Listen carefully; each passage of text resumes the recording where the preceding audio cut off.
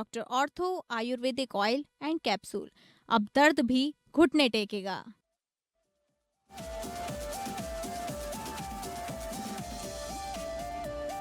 लखनऊ में सीएम योगी ने कृषि विभाग और मंडी परिषद में 3,572 युवाओं को नियुक्ति पत्र सौंपा। सीएम योगी ने 2017 से पहले की भर्ती प्रक्रिया पर निशाना साधा।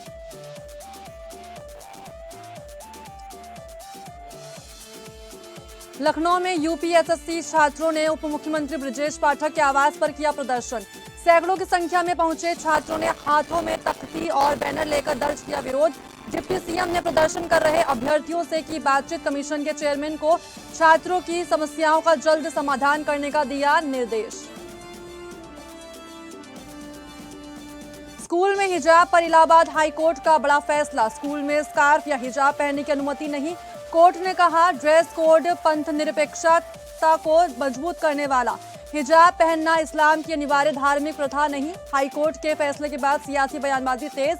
समाजवादी पार्टी ने कहा हिजाब मुस्लिम समुदाय का अनिवार्य धार्मिक प्रथा।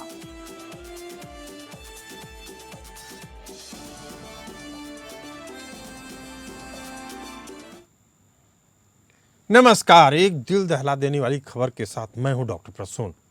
कश्मीर में आतंकियों ने फिर खूनी खेल का तांडव शुरू कर दिया है। 90 के दशक वाला खूनी खेल अगर आपको याद नहीं है तो आज हम फिर एक बार आपको उसकी याद दिलाएंगे और चर्चा करेंगे कैसे इस आतंक के खेल को हमेशा हमेशा के लिए चीन और इजराइल के मॉडल को अपनाकर दफनाया जा सकता है। लेकिन इसके लिए मोदी सरकार को एक बार फिर मजबूत इच्छाशक्ति का प्रदर्शन करना होगा। आपको बता दें कि कश्मीर घाटी में सक्रिय आतंकियों ने एक महीने के भीतर 2 अलग अलग थ्रेट लेटर जारी करके कश्मीरी पंडितों के दोबारा नरसंहार वाली घटना को अंजाम देने की धमकी दी है।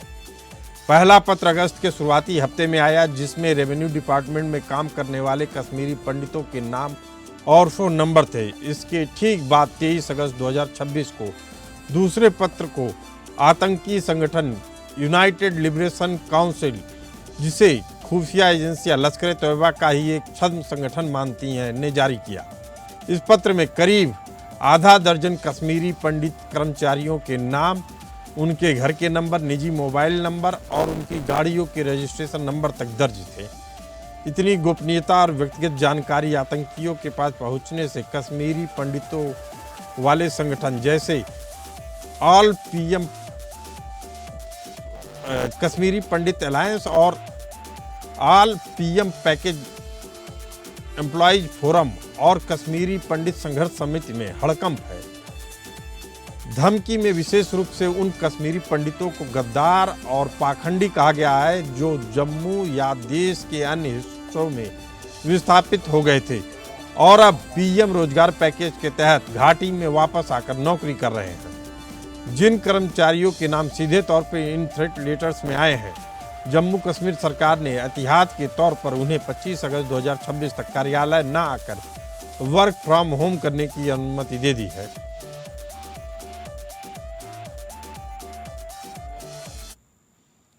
जम्मू कश्मीर के उपराज्यपाल मनोज सिन्हा ने सुरक्षा एजेंसियों को आदेश दिया है कि वे प्रभावित परिवारों की व्यापक थ्रेट असेसमेंट यानी जमीनी स्तर पर खतरे का मूल्यांकन करें। Jammu Kashmir state investigative agency ने 35 साल पुराने वंधमा नरसंहार की जांच दोबारा शुरू कर दी है। इसी बीच 1998 में गादरबल के बंधामा गांव में 9 महिलाओं और 4 बच्चों समेत 23 कश्मीरी पंडितों की हत्या कर दी गई थी।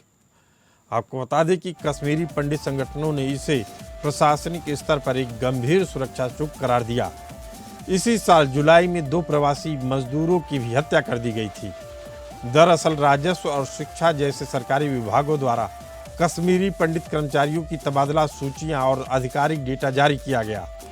कुछ अधिकारियों ने इन बेहद गोपनीय सूचियों को पब्लिक प्लेटफॉर्म या सोशल मीडिया पर डाल दिया, जहां आतंकी संगठनों जैसे यूनाइटेड लिबरेशन काउंसिल और द रेजिस्टेंस फ्रंट ने यह डाटा उठा लिया।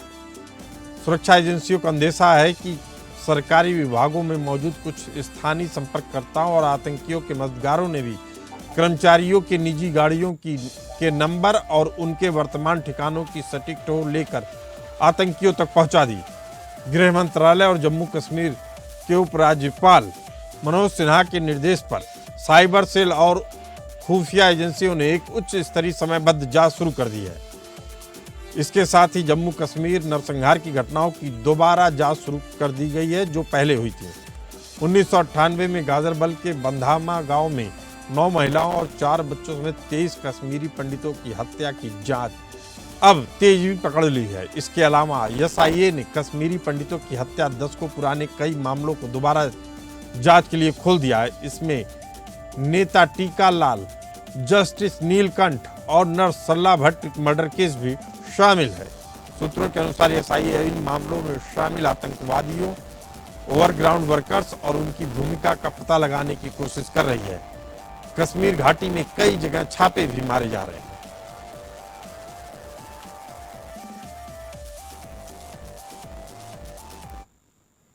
आतंकवाद जब मजहबी उन्माद और सुनियोजित नरसंहार का रूप ले ले तो उसका जवाब रक्षात्मक रणनीतियों से नहीं बल्कि दुश्मन की जड़ों पर फौलादी प्रहार से किया जाता है। दुनिया में जब भी इस्लामिक आतंकवाद और अलगाववाद ने सिर उठाया, 2 देशों ने अपने अस्तित्व की रक्षा के लिए बिना किसी वैश्विक दबाव की परवाह किए क्रूर और निर्णायक रास्ते चुने। एक है चीन, दूसरा है इजराइल। चीन ने शिनजियांग प्रांत में उइगर अलगाववाद और ईस्ट तुर्किस्तान इस्लामिक मूवमेंट के खूनी हमलों जैसे 2014 का कुनमिंग रेलवे स्टेशन हमले के बाद अपनी नीति को 180 डिग्री में बदल दिया। चीन का मानना है कि आतंकी को मारने से सिर्फ एक इंसान खत्म होता है, लेकिन रेडिकलाइजेशन की जड़ें बची रहती हैं। चीन ने इसके लिए आयरन फिस्ट मॉडल अपनाया। चीन ने धार्मिक पहचान को कम्युनिस्ट पार्टी की विचारधारा और राष्ट्रवाद के अधीन कर दिया। दाढ़ी रखने, बुर्का पहनने, अरबी नाम रखने और अनाधिकृत धार्मिक मदरसों पर पूरी तरह से प्रतिबंध लगा दिया गया, जो आतंकवाद को बढ़ावा देते थे। पूरे प्रांत को फेशियल रिकग्निशन कैमरों, biometric database, DNA sampling, mobile phone scanning app से घेर कर रख लिया गया। अब वहां बिना सरकारी नजर के एक पत्ता भी नहीं हिल सकता। जीरो टॉलरेंस की नीति अपनाकर आतंकवादी घटनाओं को शामिल लोगों के खिलाफ त्वरित अदालती ट्रायल और फांसी की सजाएं दी जाने लगी।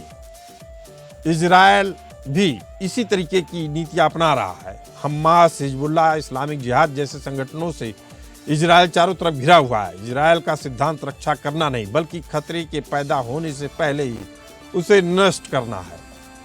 इजरायल की खुफिया एजेंसी मोसाद और शिन बेट का खुला सिद्धांत है, जो इजरायली नागरिकों का खून बहाएगा वह दुनिया के किसी भी कोने में सुरक्षित नहीं रहेगा। चाहे 1972 के म्यूनिक नरसंहार का बदला ऑपरेशन रेथ ऑफ गॉड हो या बेरूत या तेहरान में आतंकी कमांडरों का खात्मा।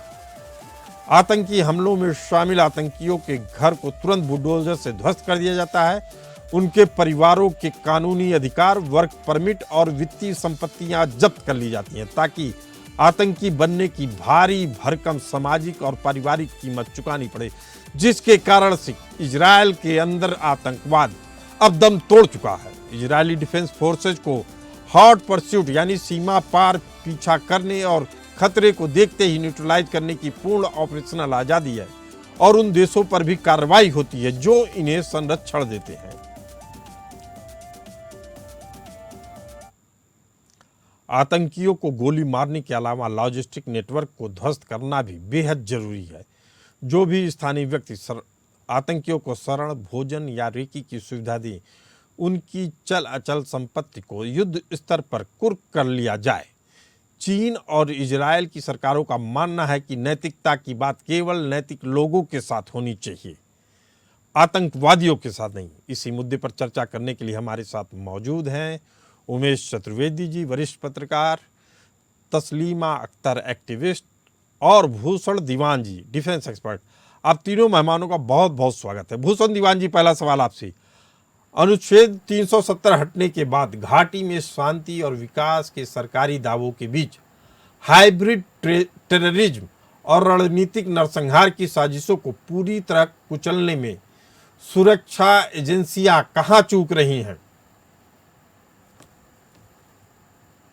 धन्यवाद प्रसून जी। डॉक्टर साहब, देखिए ऐसा है, ये बड़ी प्लान तरीके से टेररिज्म जो है दोबारा सिर उठा रहा है जी। इसमें इनका बहुत इनसाइडर इंफॉर्मेशन, जो पूरा गवर्नमेंट का डेटाबेस है, जो इन टारगेट्स के ऊपर, पर्सन्स के ऊपर उनकी घर का नंबर, कार का नंबर, किस रूट से जाते हैं, फोन नंबर, फैमिली की डिटेल्स, ये सब मिल रहे हैं, वो इकट्ठे कर रहे हैं जी। ये बहुत सीरियस डेवलपमेंट है और इसको हमें वॉर स्तर पे लड़ना है। कैसे?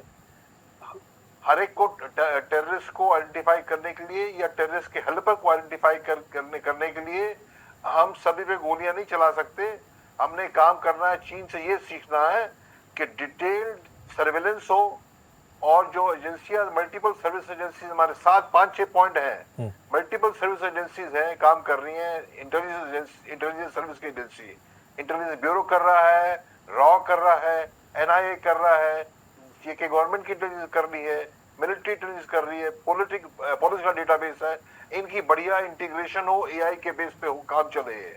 और दूसरा, जो लोग चिन्हित हैं, जैसे टीआरएफ है वहां पे, या लोकल लोग जो काम कर रहे हैं, हमारे बाहर से आए हुए लोगों को, मजदूरों को भी मारा है उन लोगों ने, तो एआई इनेबल्ड इनका ट्रैकिंग हो, सर्वेलेंस हो। और तीसरा, मनी कहां से आ रही है, जो टेरर फाइनेंस का जो नेटवर्क है उसको तोड़ना है हमने। और चौथा, जो इनके लीडर्स हैं, खाली काम हैंडर्स, इनको पकड़ के इनको तबाह करना है हमने। और 2 पॉइंट और हैं, जो क्रॉस बॉर्डर जो हमारी इंटेलिजेंस है वो ज्यादा मजबूत बने और जहां तक हो, जहां जरूरत पड़े हम उसको रेज करें, डिप्लोमेटिक लेवल पे, इंटरनेशनल लेवल पे, इकोनॉमिक लेवल पे। और प्रोसिक्यूशन जो है बहुत जल्दी हो पर फेयर हो। अगर हम बिना आंख मूंद के भाइयों को दाने के साथ घुन भी पिसता है तो एंटी काम हो, अगेंस्ट गवर्नमेंट काम हो जाएगा। जी। और लास्ट में डीरेडिकलाइजेशन, प्रिवेंशन करना है, डीरेडिकलाइजेशन होना है, वो जरूरी है। भूषण दीवानी बेहद अहम बात कर रहे हैं उमेश चतुर्वेदी जी। उन्होंने जो बातें बताई हैं, एनआईए उन पे त्वरित एक्शन ले रहा है। कन्विक्शन रेट एनआईए के पास जो केस जाते हैं उसमें 92% है। लेकिन जब जम्मू कश्मीर की बात करते हैं, Jammu Kashmir special investigative agency यानी एसआईए की बात करते हैं, तो उसका कन्विक्शन रेट 1% से भी कम है उमेश चतुर्वेदी जी। ऐसे में क्या भारत आतंकवाद के खिलाफ जीरो टॉलरेंस के उस स्तर को हासिल कर सकता है जो चीन या इजराइल जैसे देशों ने अपनी सख्त नीतियों के जरिए हासिल किया है? आपके सवाल के 2 पहलू हैं। एक तो एनआईए की सफलता और राज्य की जो एजेंसी है उसकी नाकामी से जुड़ा हुआ है, और दूसरा ये है कि क्या भारत को जीरो टॉलरेंस की नीति अपनानी चाहिए। तो मुझे लगता है कि देखिए, राज्य की एजेंसी के साथ एक बड़ी दिक्कत ये होती है कि राज्य के लोग वहाँ हैं और उनके अपने कुछ पर्सनल इंटरेस्ट भी होते हैं, पर्सनल उनके सामाजिक दबाव भी होते हैं। लेकिन जहां तक एनआईए की बात है, तो एनआईए का जो सफलता दर है वो तो बड़ी अच्छी है। तो मुझे लगता है कि जो जम्मू कश्मीर में आतंकवाद का मामला है, ठीक है कि वो जम्मू कश्मीर राज्य की एजेंसी जी, लेकिन ये ज्यादा मामला राष्ट्रीय सुरक्षा से जुड़ा हुआ है, क्योंकि सीमा पार से आयातित होकर के ही आतंकवाद यहाँ आता है। और वो हमारे यहाँ के लोग अगर उस आतंकवाद में शामिल होते हैं, हमारे यहाँ का मतलब भारत के लोग या भारतीय सीमा के अंदर के लोग, तो तरह से वो मोटिवेट होते हैं, किसी तरह से उनको प्रभावित किया गया होता है। तो जो रही बात जीरो टॉलरेंस की, तो निश्चित तौर पर इजराइल ने दुनिया के साथ अमेरिका के एक नागरिक को छू करके देखिए, वो अमेरिका कहता भी है कि हम पाताल से खींच के लाएंगे अपने दुश्मन को और मारेंगे। मुझे लगता है कि भारत में भी ऐसी सोच रखने वाले नागरिकों की अच्छी खासी संख्या है। और जब कश्मीर घाटी में पिछले साल हुआ था हमला और जब निर्दोष पर्यटकों को मारा गया था, तो आपने देखा होगा कि राष्ट्रीय स्तर पर खून खौल उठा था और लोगों ने कार्रवाई की मांग की थी। और जब ऑपरेशन सिंदूर भारतीय सेना ने शुरू किया था तो उसका भारी समर्थन हुआ था। और आप देखेंगे कि सीमावर्ती इलाकों में उमेश जी, जो बात आप कह रहे हैं उससे तो एक साफ है कि भारत का मौजूदा सुरक्षा ढांचा केवल रिएक्टिव बनकर रह गया है। हमारे साथ मौजूद हैं तस्लीमा अख्तर जी। तस्लीमा अख्तर जी, क्या इसे चीन के शिनजियांग मॉडल की तरह हाईटेक डिजिटल सर्विलांस ग्रिड में बदलने का वक्त आ गया है? कश्मीर की राष्ट्रवादी आवाम तैयार है इसके लिए? आदाब। अस्सलाम वालेकुम, जय हिंद एवरीवन। देखिए, ये 1990 का दौर नहीं है, ये ग्लोबल इंडिया है, ये डिजिटल इंडिया है। ये 90 में जो genocide atrocities Pakistan sponsored organisations ने चुन चुनकर यहाँ पर करी है, उन्होंने कश्मीरी पंडित्स के साथ जो किया है, उन्होंने यहाँ कश्मीरी मुस्लिम्स के साथ भी ऐसा किया है। मेजॉरिटी में कश्मीरी मुस्लिम्स को भी मारा गया बाय टारगेट किलिंग्स।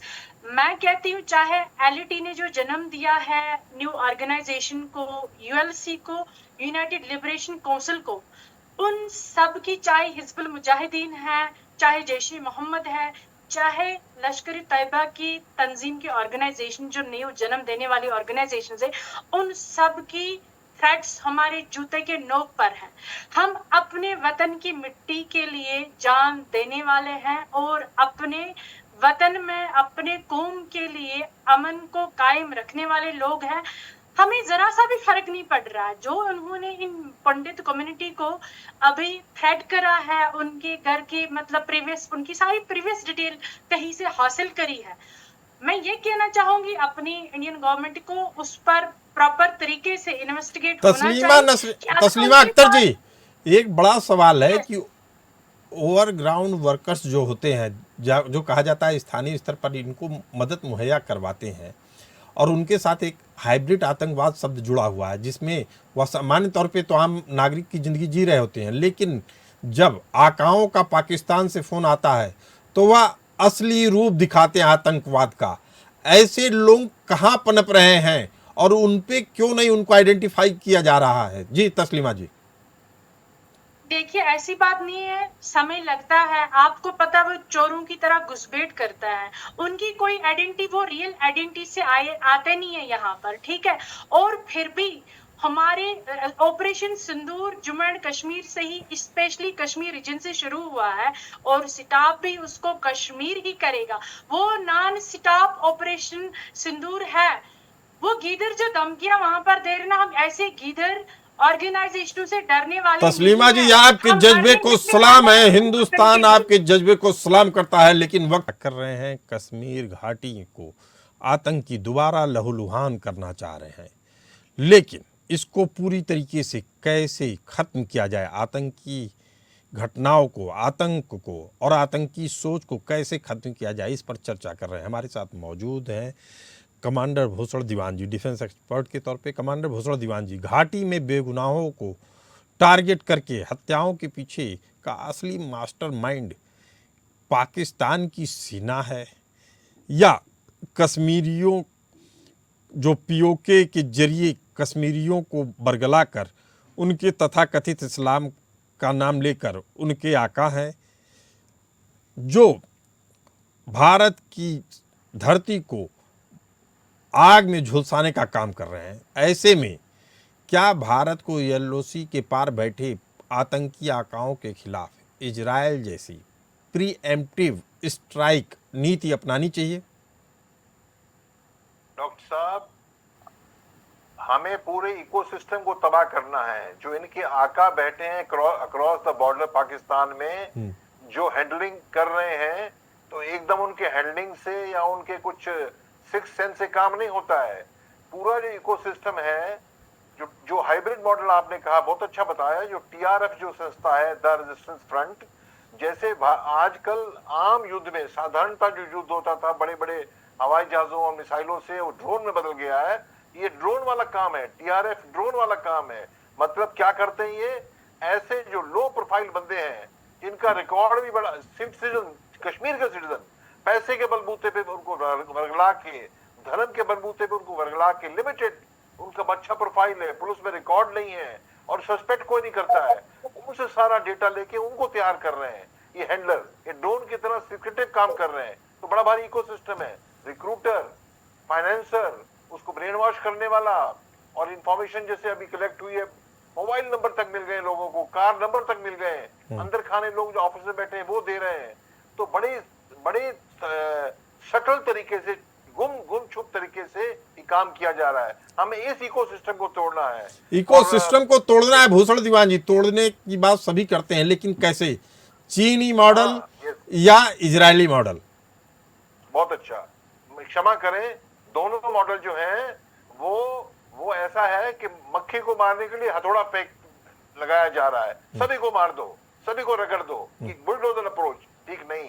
हमें चुन चुन के देखना पड़ेगा, नहीं तो हमारे लोकल कश्मीरी भी अगेंस्ट हो जाएंगे। चुन चुन का मतलब क्या है? चाइना से वो चीज पकड़नी है, एआई प्रोफाइलिंग, उनकी फोटोग्राफ डिटेल, डेटाबेस, और इजराइल का भी prevent in advance tracking surveillance. बस सेफ हाउस कौन दे रहा है जब टेररिज्म हो जाता है? ये बड़ा सवाल है भूषण दीवान जी कि इनको मदद कौन दे रहा। तस्लीमा जी इसका जवाब देंगी।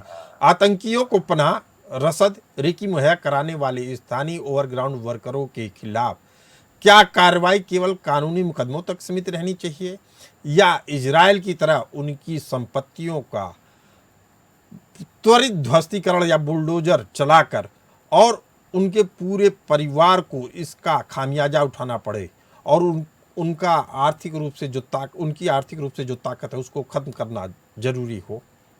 ऐसी कार्रवाई चाहती हैं जी तस्लीमा जी? देखिए, फर्स्ट ऑफ ऑल मैं ये कहना चाहूंगी, जितने भी टेरर ऑर्गेनाइजेशन संगठन यहाँ पर है जो जम्मू एंड कश्मीर में काम कर रहे हैं, अगेंस्ट पीस कर रहे हैं वो काम, लेकिन उनकी फंडिंग जो भी उनको देख रेख करता वो ऐसा है, वो पाकिस्तान स्पॉन्सर्ड फंडिंग ऑर्गेनाइजेशन उनको करती है। जम्मू एंड कश्मीर में उनको सब ने उनको रिजेक्ट करा, उनकी आइडियोलॉजी को रिजेक्ट करा है।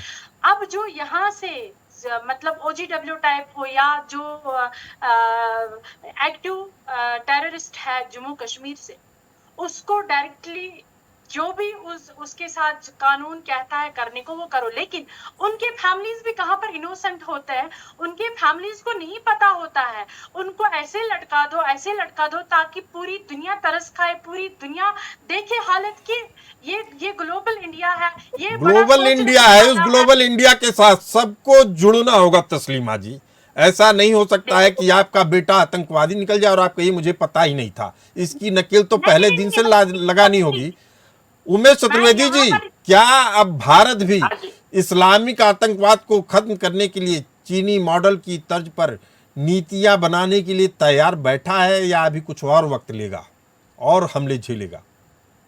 देखिए, भारत में तो ऐसा संभव नहीं है, क्योंकि भारत में लोकतंत्र है। चीन की तरह एक तंत्रीय व्यवस्था नहीं है। यहाँ संसद है, विधानसभाएं हैं, सुप्रीम कोर्ट है, तमाम जो एक लोकतंत्र के अंग होते हैं सब सक्रिय। तो इसलिए ये भारत में चीन जैसा मॉडल तो विकसित करना संभव नहीं है। लेकिन ये जरूर है कि हम अपने दुश्मनों को आइडेंटिफाई करें, उन्हें मार्जिनलाइज करें, और अगर जरूरत पड़े तो कहीं सीमा पार घुस करके मारने की भी जरूरत पड़े तो उस कार्रवाई को करें। उमेश चतुर्वेदी जी, हमने अपनी रिपोर्ट की आखिरी लाइन में बताया था कि इजराइल और चीन दोनों की नीति है कि नैतिकता हम उसके साथ बरतेंगे जो नैतिक हो, आतंकवादियों के साथ कोई नैतिकता नहीं। सत्ता में बैठे बैठे नीति निर्माता यह याद रखें कि इतिहास फैसलों से लिखा जाता है, खाली भरोसों से नहीं।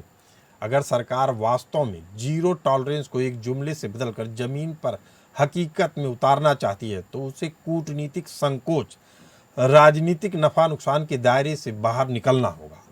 अब कोई बीच का रास्ता नहीं बचा है। या तो दिल्ली को अपनी फौलादी ताकत दिखानी होगी, वरना इतिहास इस रणनीतिक अनिर्णय को कभी भी माफ नहीं करेगा। यह वक्त समझौतों का नहीं बल्कि आतंक के समूल विनाश के लिए आर या पार की निर्णायक चोट करने का है। आप सभी मेहमान, इस खास चर्चा में आपका बहुत बहुत धन्यवाद। फिलहाल इस चर्चा में इतना ही। हमें भी दीजिए इजाजत। नमस्कार।